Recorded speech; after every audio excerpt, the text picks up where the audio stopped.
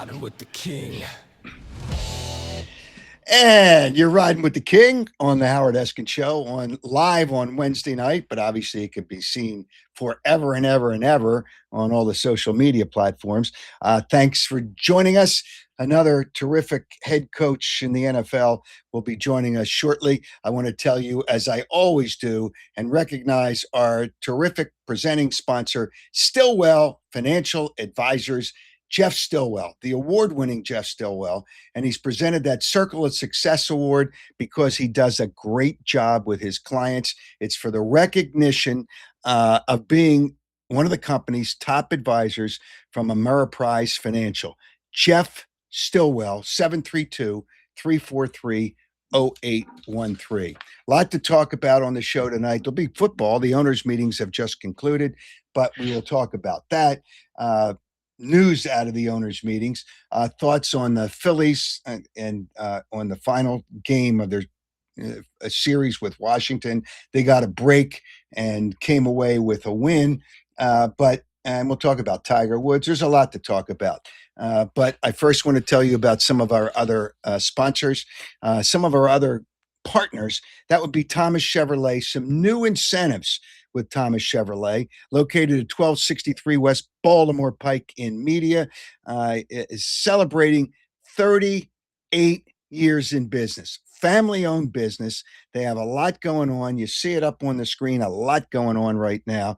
And they do a great job, and you can tell as soon as you walk through the doors. And I felt that way. I stopped in there today just to check in. And whether it's the Corvette, the Equinox, Silverado, the Traverse, or the Tahoe. Now, this April, the incentives include the Silverado up to $9,500 off and the Colorado up to $5,500 off. You can also get as low as 2.9% financing, more inventory arriving daily. Thomas Chevrolet, family owned, as I told you, service department superior for all makes and models. Thomas Chevy, located 1263 West Baltimore Pike in Media. Here's the number, 610-566-8600, or check them out, thomaschevy.com. Another great partner, and this is now the season with the weather getting great. You want a pool. You're dying for a pool. Well, you can't procrastinate anymore because Piazza Property Pros can give you a virtual look at what your backyard will look at. They can do it for your front yard. 25 years of experience. They don't subcontract, whether it's fencing, whether it's hardscaping, whether it's landscaping. I'm going to have some work done myself, and pool maintenance or building a pool. Piazza Property Pros. Remember the name, 610-566-2608. Schedule a free consultation today. That's 610-566-2608, or check them out at piazzaoutdoor.com. All right. Our guest tonight, somebody that I've known for quite a while, and he's worked his way up. Nothing wrong with hard work, and he's from the Philadelphia area, the new head coach of the Atlanta Falcons, and that would be Kevin Stefanski. Kevin, welcome to the program. You're a Philly guy, and I think there's a lot of people that know that, but just in case they didn't, I wanted to make them aware of it. St. Joe Prep, University of Pennsylvania, and then you worked your way up through the NFL a lot of years. What does it say for people that, you got a lot of people in today's world want to start, they want to go right to the top, boom, boom, bang. What does it say for somebody that works their way up and then, in your case, became a head coach in the NFL? Well, first of all, I appreciate you having me on, Genius. What I would tell you is, listen, as a young coach, when first getting started, I wanted that too. I wanted to get going and wanted that next job. And all of us want that in our careers. But you also have to take a break there and take a minute and just keep your head down. And that's what I did. I just it wasn't some grand plan. I didn't think, hey, I'm going to be a head coach in the NFL. I just kind of figured, hey, I'm just going to do my job, and hopefully it's good enough where I can get the next job, and that'll come naturally or organically rather than trying to make it happen. Okay, your father, who obviously I knew when he was general manager at the Sixers at one time, and you came up through in a sports family. the influence of your father, but he was basketball. Right. Did you think about that, or were you always a football guy? Yeah, my brothers and I, Howard, we all played basketball growing up, but at some point, all of us found a love of whatever sport it was. And for me, it was football. I was much better at football than I was at basketball. Not to say I was good, but I was good enough to play, in high school, good enough to play at Penn. I have a ton of success as a football team while I was there at Penn. So it was really just because that's what I was good at, Howard. So then from Penn, I did, looking to get into work, it was very natural to find my way into football. Not to say I don't follow basketball, not to say I don't still, follow it every single day, and I'm rooting for so many people out there as we speak. But definitely, football was my love. All right. So now, all head coaching jobs in professional football are difficult, and especially in today's world. You're kind of you're really at the mercy of the players. You got to get them, find a way to get them to play, to give everything they have. But yet, and John Harbaugh lasted a long time. When I had John on not too long ago, everybody realizes there's an expiration date. Did you kind of know, when do you think and how do you know that it's time? And obviously, Cleveland, it was time. Yeah, well, these aren't lifetime appointments in these jobs, and I grew up in that city, and I know how sports work. Again, just so I'm not that far removed from being a fan, so I'm never thinking that any of our jobs are for lifetime. So you go into it, and you don't, maybe you think about that the first day you walk in the front door, and then that's the last time you think about it. It's just not how we're wired. It's not how we operate. It's a privilege to have the job I have. It's a privilege to work for the Cleveland Browns, but I also know how business works and how sports works, and understand that in some ways you're hired to get fired. So I've been fired. I've done it. Finally got it done. So meaning that I'd never been fired from a job before. So I can cross that one off the list. But it's part of the gig. It's part of sports. You see it in every sport. When you think about, okay, it seemed like the head coaching jobs, everyone was kind of waiting for John Harbaugh to settle in. And obviously the Giants made a big push to get him, and they're in the same conference, not in the same division as you. They're going to be a better team. Looks like they got a good quarterback. But how did it come about with Atlanta? And because Matt Ryan's now an executive there, did that have something to do with the input of you going to the Atlanta Falcons? Without a doubt. I think, well, first of all, and you mentioned Coach Harbs, he's a good friend. He's a great coach. Yes. And glad that he landed there in New York. For me, Howard, when all that was going on after the season, what you do is you talk to everybody. You talk to everybody, and you find out what they're about.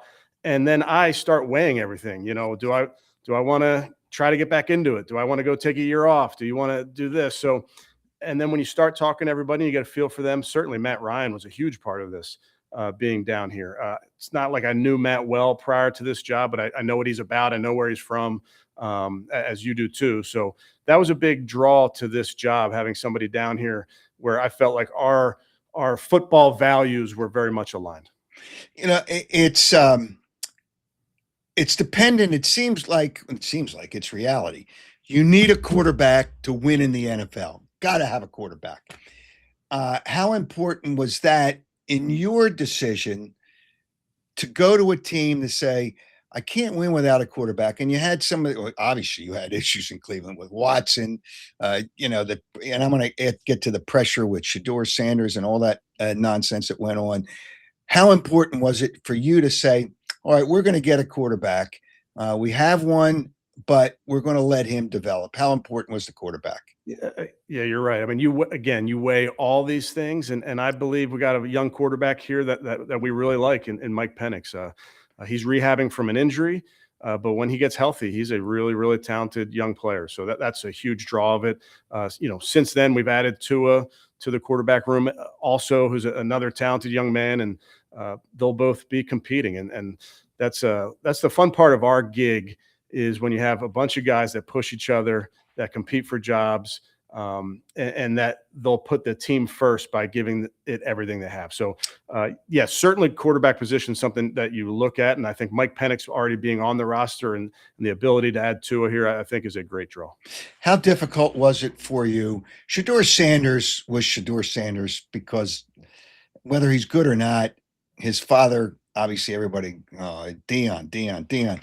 How difficult was it for you, the pressure of having to play somebody when maybe the head coach, I don't know whether you did or didn't, felt that that guy was not ready yet to be the starter? Yeah. Every decision I've made as a head coach, Howard, you take information in, but at the end of the day, you're doing what is best for the football team. And, I think very, very highly of Shedeur, the person. I think very, very highly of Shedeur, the player. We're playing those guys this year, so I don't want to talk too much about their players, but I have so much respect for him and his teammates. And listen, that quarterback position's hard. It's hard, and there's so many examples of guys that went on to have unbelievable careers that you have fits and starts to your season. So I think he's got a very, very, very bright future. And we'll be competing against those guys this year. All right. So now you also bring in Tua, which sometimes a quarterback, well, we've seen it in the NFL, sometimes, many times, maybe 50% of the time, that next job is where that quarterback may have a better chance, succeed more. Tua, obviously, it didn't work out for him in Miami. Your thoughts, and obviously Matt Ryan had some thoughts too, being a quarterback, on bringing Tua in with that young quarterback that you have. Sure. Well, it kind of goes into the previous question. There's ups and downs to our profession, whether it's coaches or players. I mean, there's ups and downs. And I think if you watch Tua's career, there's been some really, really high highs to what he's been able to accomplish. So obviously he was available, which is a unique situation. The financial part of that is unique as well. But he's got what's exciting about Tua. He's got the right makeup as a person. He's got the right makeup as a player to come here and put his best foot forward. Go compete. Go put him in a room with Mike Penix, two great young players, and let them push each other. And at the end of the day, we'll do what's best for the Atlanta Falcons. All right. So you're at the owners' meetings, and you get to see all the coaches. And I'm sure you talk to them. And then social media goes crazy, which is not social and not media. Oh, he's talking to so-and-so. They're working out a deal, and this is going to happen, and that's going to happen. You don't even need A.J. Brown. But if somebody saw you talking to Nick Sirianni, they're talking how Atlanta may want A.J. Brown. That's how it works. How crazy is that when all those things, and there's media all over the place. I've been to quite a few of them, to kind of deal with I'll call it nonsense that comes out of the owners' meetings. I let you deal with the nonsense. I get to avoid all that nonsense. But I did see Nick. We did have a great time out there with Nick and a bunch of the coaches. It's good for us, Howard, where you have a lot of meetings. You sit in a lot of meetings, and there's a lot of ground covered. But it's also good to just hang out with your with your colleagues and start talking ball and sharing ideas and those type of things. Okay, when you share ideas, do they really share ideas with you, or they kind of protect what their thoughts are so they don't they're not susceptible to giving anything away? Without a doubt. Yeah, I would say schematically, you're very careful about ideas that you may share. Now, big picture, how you structure a training camp. Hey, what day did you had that international game? What day did you travel out there? How'd you structure those meetings? Those are the bigger conversations that we have when we're helping each other, I would say. All right. How do you get the players? The thing I've thought about Nick Sirianni, because I think he's a good coach. I think he's a very good coach. He gets players crazy sometimes on the sidelines, but that's okay. When I've been down there, he kind of regroups. He's back. He's under control, but he gets the players to play hard. I thought all the players loved him, which is hard for a coach to get both. And then they go to the wall for you, and he's very creative. How important is that for a head coach, and what do you have to do to get your players as a head coach? And I'm sure not all of them, were your prized pupils. How tough is that to do that? Yeah, I think the big thing there, Howard, is there's like think about some of the seasons and moments in these seasons where there's some hard times, man. It's great when you're winning and things are easy, but there's some hard times. So to keep everybody together, I think you really rely on the leadership of your football team. I can't speak to Nick and Philly, but for me, I was very blessed to be around some awesome leadership and guys that pushed their teammates and picked up their teammates when they had to be picked up. So yeah, it's a challenge, and I think as coaches, that's part of our job. Part of our job is to motivate. Part of our job is to put guys in position to go make plays. But also, having said that, when you're going through tough times, part of your job is to keep everybody going. How tough is it to get a star player to want to be a leader? And obviously, especially in a football locker room, you need guys to kind of get it going sometimes. How tough is that? Well, you've been around those locker rooms, and I would tell you, you don't get anybody to be a leader. They either are or they aren't. Now, you can nudge them and you can try to get the best version of them, but you also don't want a guy to be something he's not. And I think it's, I've been around a lot of great players and over the course of my whole time working, where there were some great players that really didn't say much, but led by example. And I think that's as powerful as the guy who's giving the rah-rah speech before the game. But the biggest caution I would give, anybody, young kids out there or whatever it is you can't try to be something you're not. You have to be authentic. You have to be natural. Then you got a chance to be a leader. Myles Garrett, obviously the player on the defensive line that played for you with Cleveland. I've only met him once before a game. He just happened to see me and he started talking to me, and I don't know if he was. No, it was warm. I wasn't. Hey, listen, that company went out of business. And then my picture was in the paper with the story about the company that went out of business. It was crazy. Man. I know. It's too warm. Well, it's funny because some of the coaches, I know a bunch of them, said, I look at the coaches' film and I could always spot you on the sideline, whether it was a suit or the fur coat. But he came up to me. He seemed like he was really a nice guy. Just because you're a nice guy and a great player, does that make you, you say lead by example? Do you develop that skill to be a leader on that football team? Without a doubt, it develops. And I would say it develops because we all change, over the course of our careers. And I think about some young players, it's hard as rookies maybe or second year player to be a leader because you're still getting your own stuff right. So I think you see guys emerge as leaders as their careers go on. But man, there's great power in having guys that lead by example. And I would say in the NFL, by and large, you're going to see more guys that are like that than the classic, Newt Rockney speech before a game. All right. At the owners' meetings, they go through the proposals for new rules. I don't even know if they really came up with anything. That's the one about the officials, and I'll get to that in a second.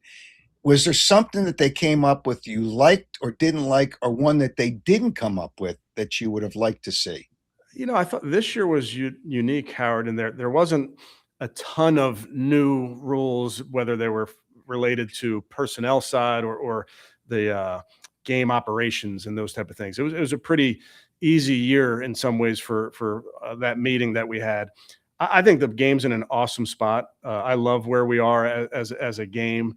I think it's a good sign that there wasn't a ton that we had to look at. I thought some of the changes were really smart. For instance, they kind of really closed the loophole where when you had a 15-yard penalty after a PAT and we had all the kickers kicking the ball out of bounds to get the ball down, that was hard for us to explain to our fans. So we closed that loophole, which I thought was really smart. And I think, I give the competition committee a lot of credit. That's a tough job that they have, and they look at everything in the game, and I think they do a great job of making sure that we're constantly thinking about our fans in the moment for a lot of these rules. So explain that. What is that rule that they kind of took the loophole out of? Well, the idea was the penalty was it was being enforced on where the kick was happening from. So now all of a sudden the kick was happening from the 50-yard line. So you're enforcing a penalty that was going from the 50.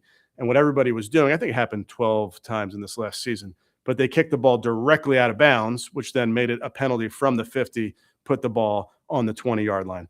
It's really not the intention of what the rule was there for. So now if people want to kick the ball as a touchback in this scenario, instead they'll kick it through the end zone, which all of our fans understand. Okay, now the ball is going to go where it goes, instead of just automatically assuming that it's going out of bounds. Okay, there's one rule that I didn't quite understand. If there's replacement officials, and I don't know if it's just if there's replacement officials, let me try to get this right.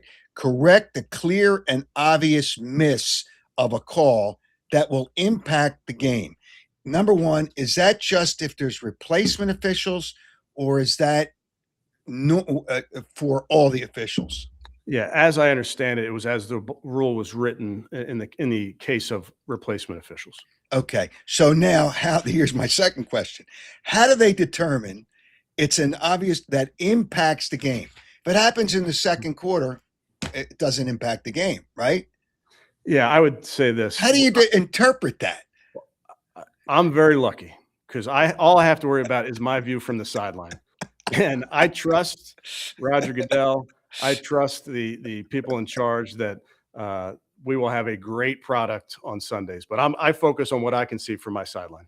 Yeah, it's so outside of that, there was really nothing that transpired other than, the GM's talk, and, it's just, but who knows whether anything's going to happen before the draft. About the draft, and I don't want you to give anything away. From what I've heard, Daniel Jeremiah, I think, does a great job. And he said there's a lot of good wide receivers in the draft. Would you agree with that? I would. And, I think it's almost like every year there's great receivers. And I wonder, nowadays, kids are so used to playing 7-on-7 football year round. It's not like how it was when I was growing up. So it just feels like there's always going to be this influx of wide receiver talent because these players are so well developed throughout high school and into college. There's so many athletically, there's so many good skilled players. It's almost like Seattle just signed somebody for like $40-some million a year. The Eagles, whether they're going to trade, I'm not going to ask you about whether they're going to trade A.J. Brown or not. I think they're just trying to relieve themselves and get some cap room, knowing there's a lot of good receivers in the draft, and kind of reduce because they're kind of up against it with the cap. Is it better to not re-sign players with the skills of wide receivers now coming out of college to the second contract, knowing you're going to get somebody out of the draft? Those are great questions, and I will say that those are You're allowed to answer them. Well, those happen in every building. Every building's looking at the dynamics of the market, and like you said, there's so many good young players out there. So yeah, those conversations are definitely happening, and seriously in every building. But the good news is for the Atlanta Falcons, for really, as I look at it from our chair, I feel really strong about the guys we have. And then you get the draft, and the fun part is you get to add a bunch of first-year players into our locker room. And this is year one for me, Howard. So that's why I say for myself, Ian Cunningham, our new general manager, Matt Ryan, year one for us. We're excited about adding some young players to this roster. Yeah, it's the cap gets bigger and bigger, but players get more and more. So how much? Who was it? I was talking with Don Mattingly. I had on last week. And we talked about managers having the ability to have some say in players. Coaches, what was Bill Parcells' famous line? Yeah. If I'm going to be the cook, I want to get the groceries. That's right. How much input do you think that a head coach should have, and do you have? I think it varies probably in every building. I love to have input in that. I want to tell our general manager, Ian Cunningham, what I think about these players.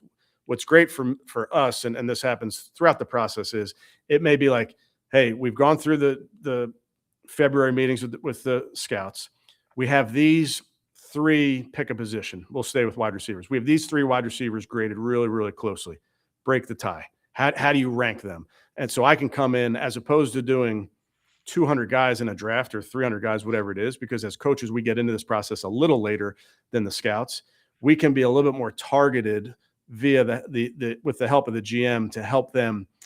We have clump meetings. A lot of places have clump meetings. Hey, we got all these receivers in a clump. Help us figure this out. And that's where the coaches come in. I think there's some really, really good scouts out there. I think there's some really good coaches that see the game from that way as well. I just believe it can be a great partnership. I've been very blessed to be around some great personnel people that take in input from the coaches, but also you have to take an input from the medical. You have to take an input from the advanced statistics, whatever it might be. So that's a tough job, but I do believe that a healthy amount of input is important. Okay. There is no question in my mind that in a year there will be 18 games in a season. Can't help it. It's just more money, more money, more money. And let's just break it down to its simplest form. It's more money. Jerry Jones said, he was like, he can't make enough money, although he's got more money than thousands of people will ever make in their lifetime if you put them all together. But the reality is that really good for a coach? And I'll tell you why I asked that question. Good. Is that really good to have another game? And it's most likely there will be in a year. Yeah, honestly, Howard, I was around when it was 16 games and it went to 17. Whatever the NFL decides, if they want to play a game out in the parking lot, down the shore, we'll have it down there. We'll have it at Ocean City High School there, right by the beach, if that's where they want us to play. I just, as coaches, I trust that we'll do what is best for the game, what is best for our players in that instance. Well, is it best for the players to go through 18 games? It's a physical game. It's brutal. And then when you play in New York, you're playing on that cement.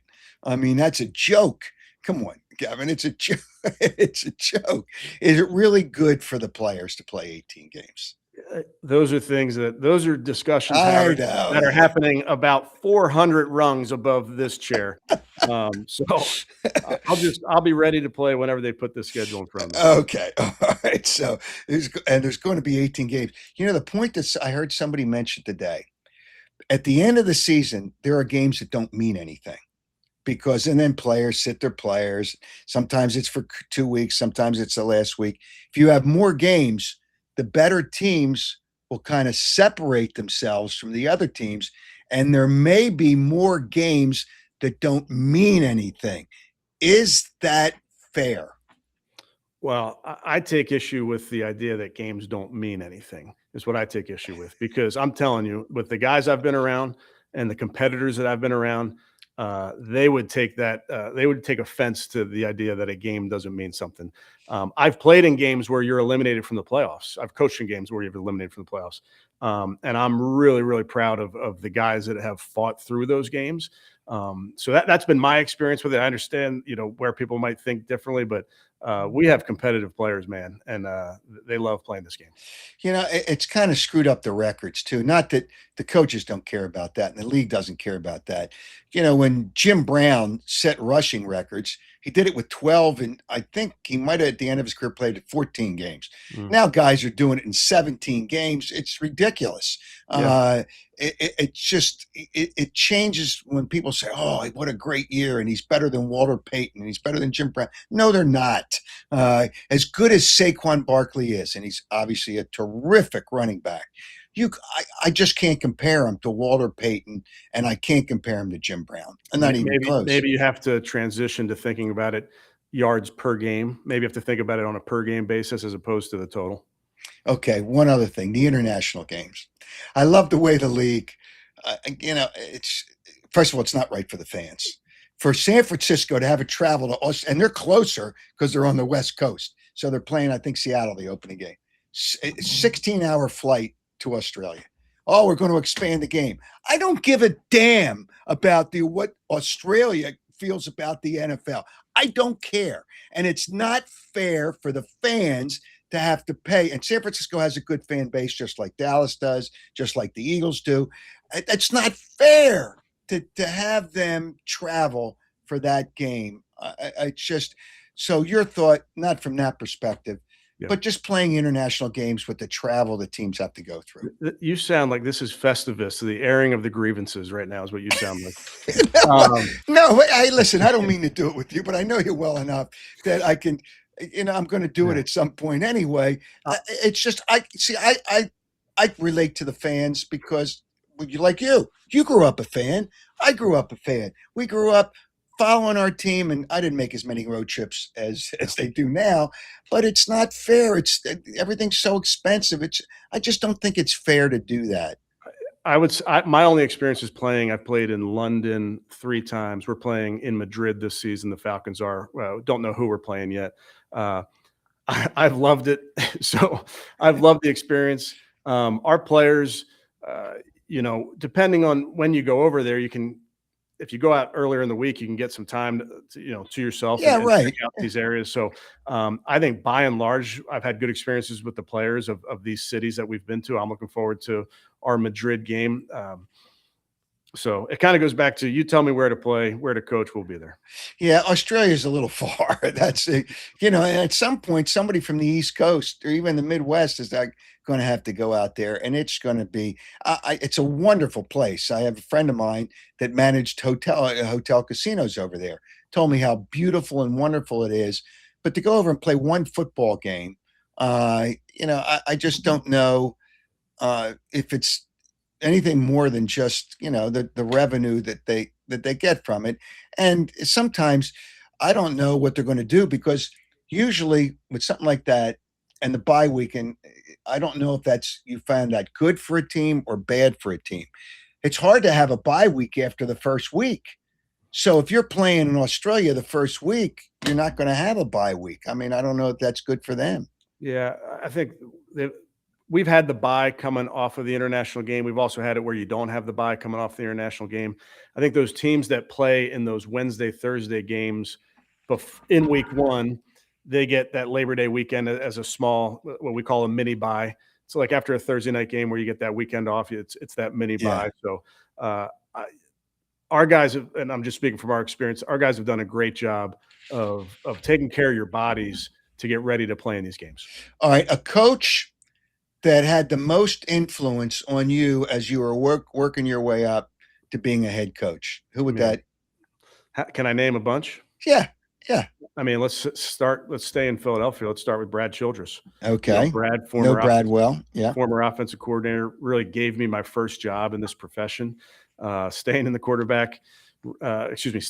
head coach world. Leslie Frazier, another former Eagle. Knew him too. Leslie was, he retained, after Brad was let go, he retained me out there in Minnesota, still very close to him this day. Mike Zimmer, an outstanding head coach, outstanding defensive mind, was the coach after Leslie Frazier there at the Vikings. Coach Zim eventually made me his offensive coordinator, so I owe him a ton. Gary Kubiak was with Gary for 1 year there in 2019, which was an incredible year. Clint Kubiak was on the staff as well, new head coach of the Raiders. So I've been very blessed, Howard, where I was in Minnesota for all those seasons, and I had a lot of people come in and out of my life, and I stayed in one spot. I didn't move. Right. And even now, being in Cleveland these last 6 years, just the different coaches I've been blessed to work with, it's been awesome. I'm very, very, very lucky. You know what? It's interesting, and obviously in the occupation I work in, broadcasting, there was always people that I remember along the way that you pick up. Okay, you pick up this from that person and this from that person, and you just put it all together. And if you're paying attention and you want to move your way up, you can find things and advice from a lot of different people. Without a doubt. And I'd stay in that same vein that I was just telling you. The offensive coordinators I worked with in all those years, Darrell Bevel, Bill Musgrave, Norv Turner, Pat Shermer, John DeFilippo. I was just blessed. I worked with Eric Bieniemy for a bunch of years. Some great coaches, some great offensive coaches. Then, of course, great coaches on the other side of the ball. I was with Mike Tomlin my first year at the Vikings. Mike was our defensive coordinator. So I haven't been doing this forever, but I've been now doing it for 20 years. And in those 20 years, you have these incredible people come in and out of your life. And like you said, you take a little bit from each one of those people, and they inform you both schematically. They inform you in X's and O's, but they also inform you in terms of how they deal with how they treat people, how they treat players, how they navigate different things. So I've taken a lot from a lot of people. Okay, so I'm going to kind of close it out with this. All right, Philadelphia you grew up in. We know what kind of town this is. Now you're coaching in Atlanta, which I can't believe is the kind of media pressure that you get from in certain towns. I mean, New York, it's funny. I tell this story a lot. John Harbaugh, when he was on, he said, I said, New York's a tough market. He says, I know, but he says, do you think I look at this and, and I'm looking in this little box and I'm listening to what people say. I'm not paying no attention to a guy in his mother's basement. I'm not thinking about it. That's what he said. He said I love on the show. I love it. But Philadelphia's tough. Yeah. How tough can it be on a coach? And I don't think in Cleveland, you had some pressures, obviously. And I don't know what Atlanta's like, but Philadelphia can be. The year the Eagles won the Super Bowl, I mean, Nick Sirianni got torched after 4 games. I mean, it's a joke. These talk radios become just a farce. It's just, fire this guy, fire this guy, fire this guy. It's enough already. How difficult do you think, and I don't think you've coached in those towns, would it be to coach in a town like Philadelphia? Well, it's a good question, and I grew up in that town. I grew up listening to you. I was always tuned in, reading the daily news every day. So, to Harbs's point, it's our job when we're in these chairs to block all that out. And I think the big thing, Howard, I tell you, is you have, if you are blocking all that out, you better have some truth tellers around you. You better have some truth tellers on your staff so that you don't miss anything. But I know fandom, I've called into WIP. So I know what that sounds like. And I think it's our job to ignore it as best we can. All right. Well, do me a favor. Say hello to Matt Ryan. Wonderful, wonderful guy. I participated in some of his golf tournaments his family puts together to raise money for kids. And I remember asking him, you don't have to comment at all. His brother was playing with us. That Super Bowl, they're up. They're on the 21, about 8 minutes left. And I'm sure you remember the game. And I'm there. And I want to see Matt win so bad against the Patriots. Run it 3 times, kick a field goal, you're up by 11. But the offensive coordinator, who's now the head coach of San Francisco, decided he wanted to pass and he lost yardage. And they didn't get the field goal. So I said to Matt, I said, how do you like that call by your, I think he's a great coach. And his brother said, it sucked.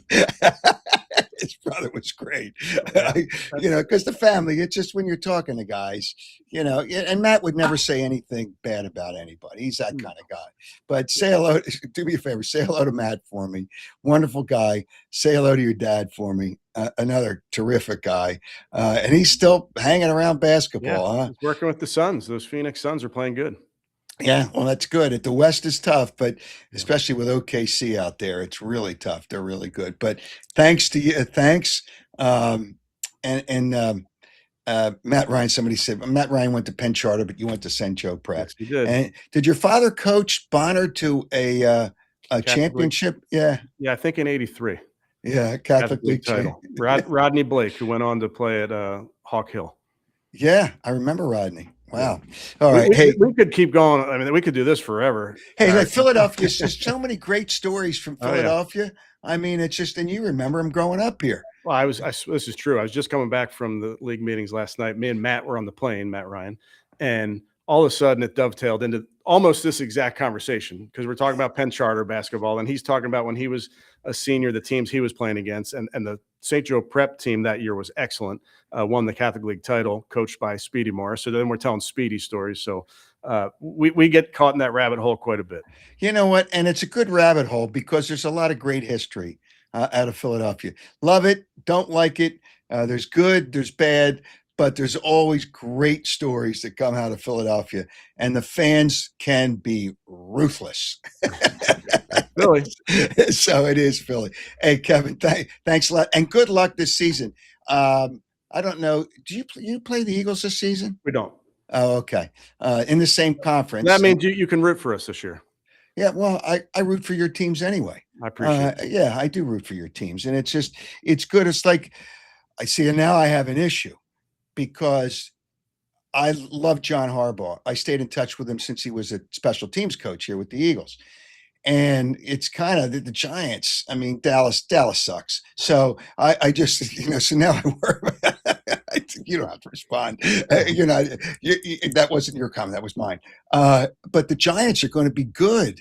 And, I want to root for John, because he's such a great guy and he's a hell of a coach. Yeah. So we'll see what happens. But yeah, Know but this, I'm Howard. I know this. It's that the game is set up this way. These games come down to the wire. These divisions are tight, as you know. Coach Harb's been in the division. Yeah, it's not great for the Eagles, but it's great for the division. It's great. I yes, think that when the teams are better than division, I think that's good for all of us. yep. When you're in a good division and you win it, you're battle tested for that second season. Yeah, well, good luck, and I will be rooting for you. Okay. Appreciate you, Howard. Now I love you. All right, genius. All right, buddy. See you, genius. Yeah, Later. you have a great day, and thanks again. Kevin Stefanski, the new head coach of the Atlanta Falcons. It's fun when you know a guy and you can BS with him, and he didn't say it, but I said it. But it's just, which is not anything to do with him. It was me that said all those things. But I don't like the international games. I don't like 18 games. But he's a coach. He works for the NFL. He hopes they have lots of success and make a lot of. It's like millions and millions and millions and millions. I don't know when enough is enough, but I'm going to talk about that a little bit more. But and I will. Let me just tell you again that I'm happy to have Jeff Stillwell as our presenting sponsor. Jeff is he's a great guy, and he does a great job for his clients. Terrific job. That's why he received that recognition in the Circle of Success from Ameriprise Financial, because he does terrific things for his customers. Terrific thing for his clients. They're not customers, they're clients. Jeff Stillwell, 732-343-0813. All right, there's some other things I'm going to talk about. I got to obviously touch on the Phillies game. Bryce Harper said something which I don't know what he was talking about, but I'll get to that. My thoughts on the Phillies, my thoughts on Tiger Woods, and we'll get to all of those things. And first of all, I want to congratulate our winner from last week, the last show, which today's Wednesday, which would have been Saturday. Steve Keegan won that different kind of Eagles hoodie, a courtesy of Fanatics. Fanatics has been so good to me. What a great company. They do so many good things in generating product and the businesses they're in. And they have been nice enough to give me some product to give away. And one of these is that hoodie. And the question was, I forget what the question was, but the answer was Illinois and Iowa, whatever. It was something to do with the Big Ten. But Steve, you were one of the many that had the correct answer, and I congratulate you. And you were selected at random. All right, I will have a question at the end of the show with something that Kevin Stefanski said to win a pair of Oakley sunglasses. You can send me your answer, email to the contact page at howardeskin.com by this Friday, midnight, April 3rd. April 1st is April Fool's, but no April Fool's jokes. We can have fun without doing something, these stupid April Fools. April Fools. No, I'm not doing that. So anyway, get it in by midnight, Friday, April 3rd. Watch a show on Saturday the 4th. We'll talk about the NCAA tournament down to the Final Four with Mark Lawrence, and you can get the winner. The winner will be recognized on X, Twitter, Facebook, Instagram. Subscribe to YouTube. I urge you to do that. You're automatically notified when the show comes on, and the winners will be chosen from all correct entries. And the prize this week, a pair of Oakley sunglasses. All right. I also want to recognize our other partners. I stopped off at Thomas Chevrolet today just to check in because it's near where I live. So I'm passing by. Let me pop in and see what's going on. Talk sports. We talk sports all the time. It's just we do that because it's fun, and that's what those people are at Thomas Chevrolet. And they got some new April deals for starting today, April 1st. As you see it, the Silverado up to $9,500 off. The Colorado up to $5,500 off. They got some new Corvettes in there too, by the way. Financing as low as 2.9%. More inventory arriving daily.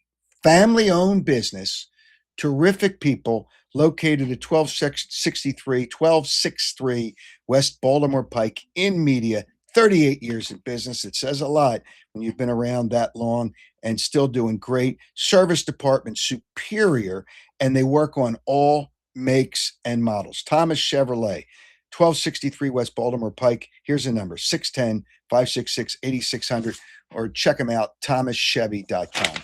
Also, another fine partner of the program, and that would be Piazza Property Pros.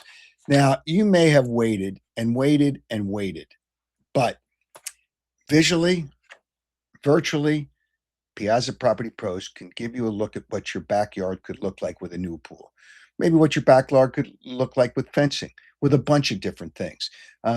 They can do it, and they can do it to your front yard too. Piazza Property Pros, 25 years of experience, top-notch craftsmanship, whether it's landscaping, fencing, hardscaping, pool maintenance, whatever it is, cleanup, and I'm going to have some cleanup done, the spring cleanup, and Piazza's coming out shortly.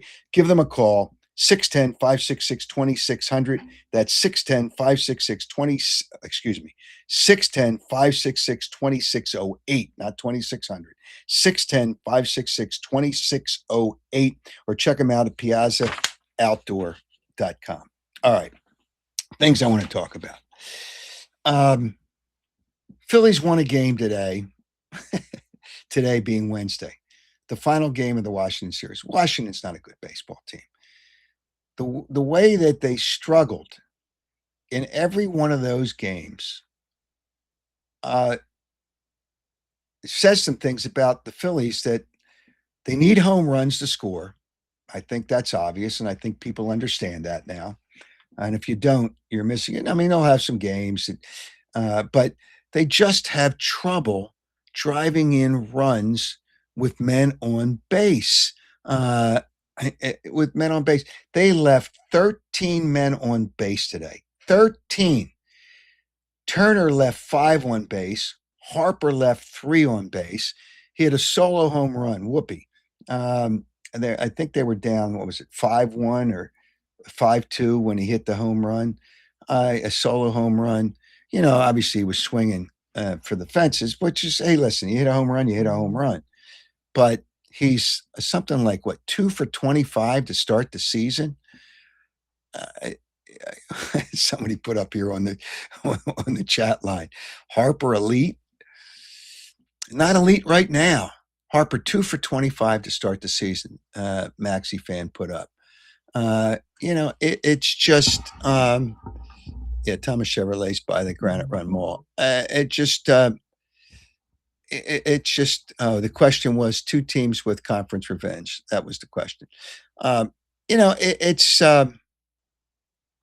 you got to score runs without home runs. That's the way you got to do it. I mean, I know Washington's not a good team. They scored 3 runs with a 3-run homer. But I want you to listen to Bryce Harper, 2 for 25. At least he spoke after the game. I give him credit for that. I do give him credit for that. But here's what he said after the game, you know, talking about the Phillies are always in it. And let's hear from Bryce Harper. Yeah, just chipping away. You know, obviously, you know, we always think, you know, we're never out of it. You know, I thought Sancho threw the ball great today. I thought the bullpen came in, threw okay, and then, you know, Duran obviously coming in and then doing his job. So, you know, kept us in it all day, and then, you know, obviously the offense, you know, scratch a cloud to get back. And the bullpen came in and did okay. The bullpen gave up 4 runs, Bryce. You know, sometimes you got to be honest. You can't say what makes everybody happy. It's just the bullpen didn't do okay. They gave up 4 runs. And Keller, who pitched great in the 1 inning he pitched the game before that they won 3-2, not scoring a lot of runs. Phillies were down 5-1. That's not pretty. But Keller gave up a 3-run homer. So I'm still not convinced.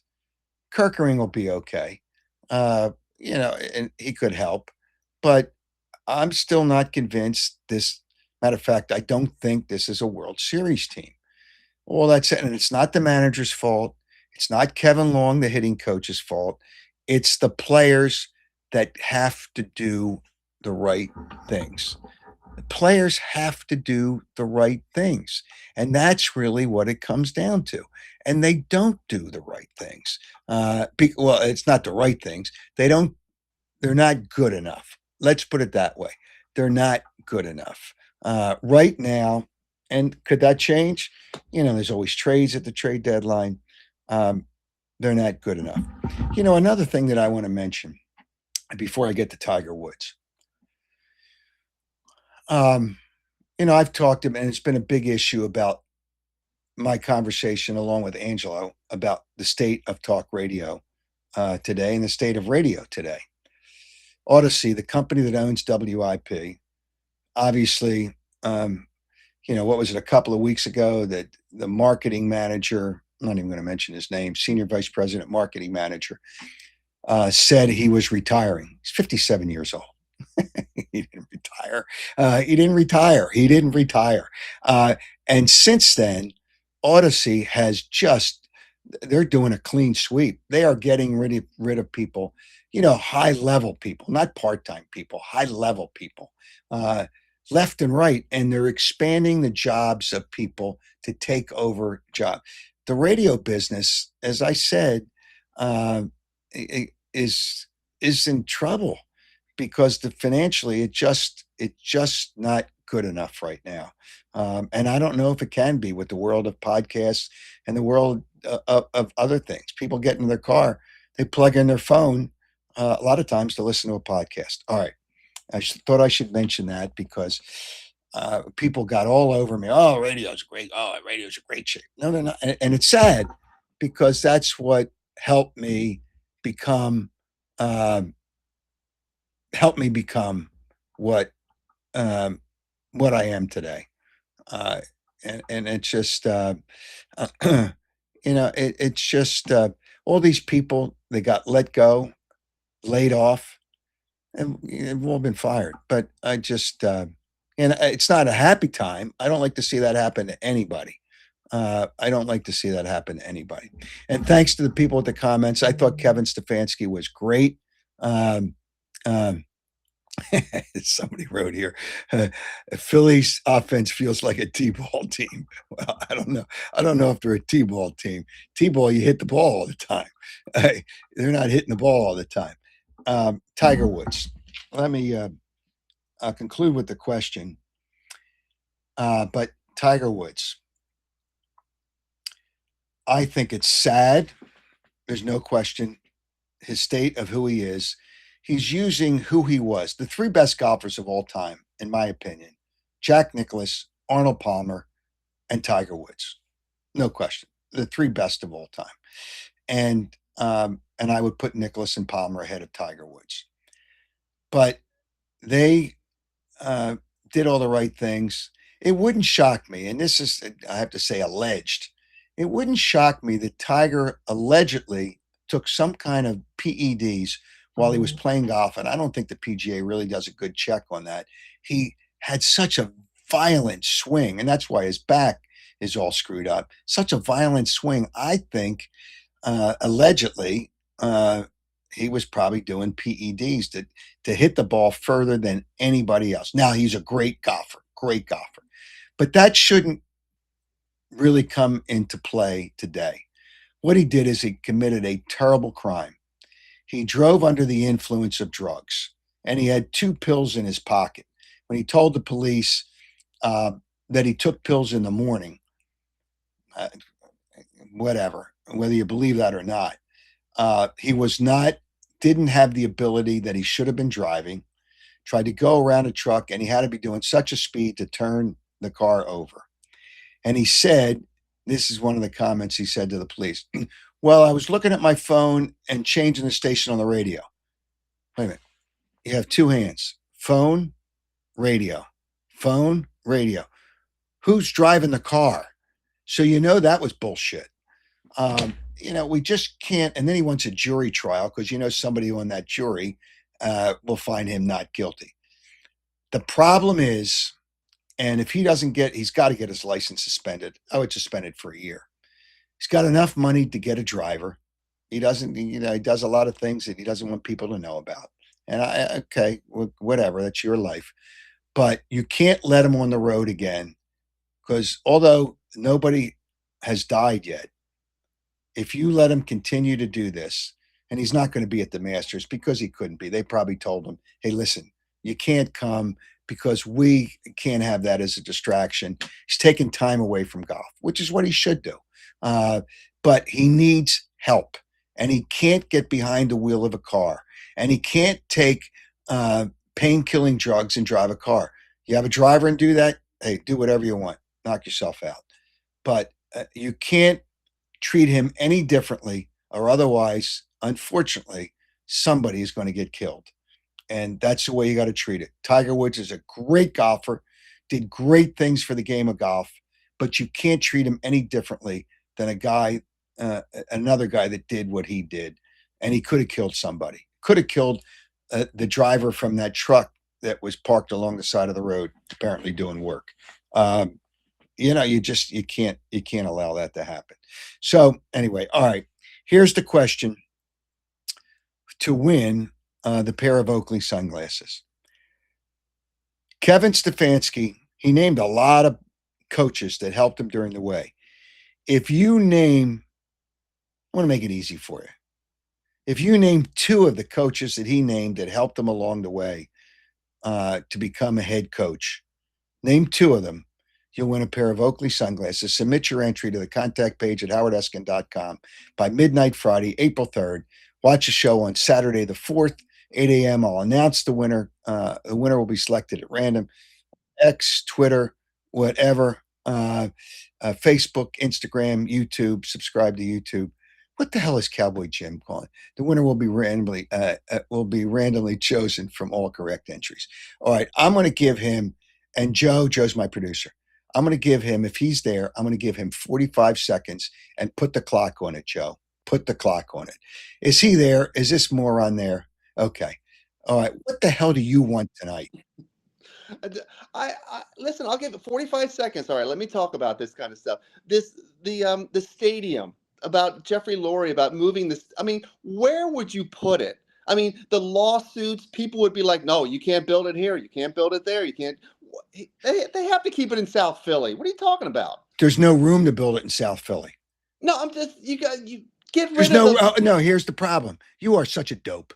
All right, because Comcast is going to build a new arena about the same time.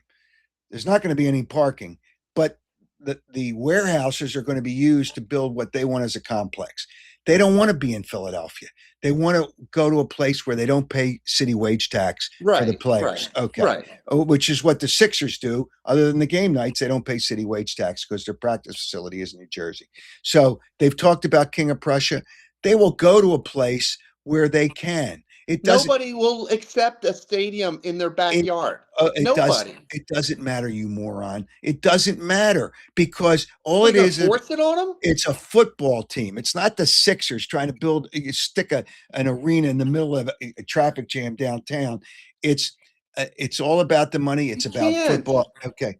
Nobody. Well, hey, listen, I hope it stays in South Philly. I don't want a new stadium because then that means there's new seat licenses. He's just negotiating. That's all he's doing. It's a negotiation. Negotiating for what? What's he negotiating for? He wants to lower taxes right there in South Philly. No, you can't do that because the players make too much money. It's a play. You are a dope. All right, get it. You know what? I gave you your 45 seconds. Get out of here, you moron. You know what? You're always going to be a dope. I gave you the time. You're a dope. An absolute friggin', I won't use that word, dope. All right. Thanks for joining us tonight on the Howard Eskin Show. Thanks to everybody for always joining us on the Howard Eskin. And thanks to Kevin Stefanski. Fun. I always have fun with guys that I have on. I always try to have fun. And I think I succeeded tonight. I had my own opinions. He didn't have to comment. He's a coach that would hear it if he made a comment. But he was great. He answered you know, all the questions that I needed to be answered. Didn't answer them the way I would accept them, but he answered them. Everybody have a great night, a great rest of the week. And for the people of the Jewish faith, you have a wonderful and absolutely sensational Passover, and enjoy it. And the fried matzah is always good in the morning. That's always a good breakfast. And for all of you, have a great one and have a happy one. And thanks for riding with the king. Thanks to Joe Gangemi for the technical work on the other side. Thanks to Tony Anastasia for all the graphics and the work she does on the website. And thanks to you for joining the Howard Eskin Show.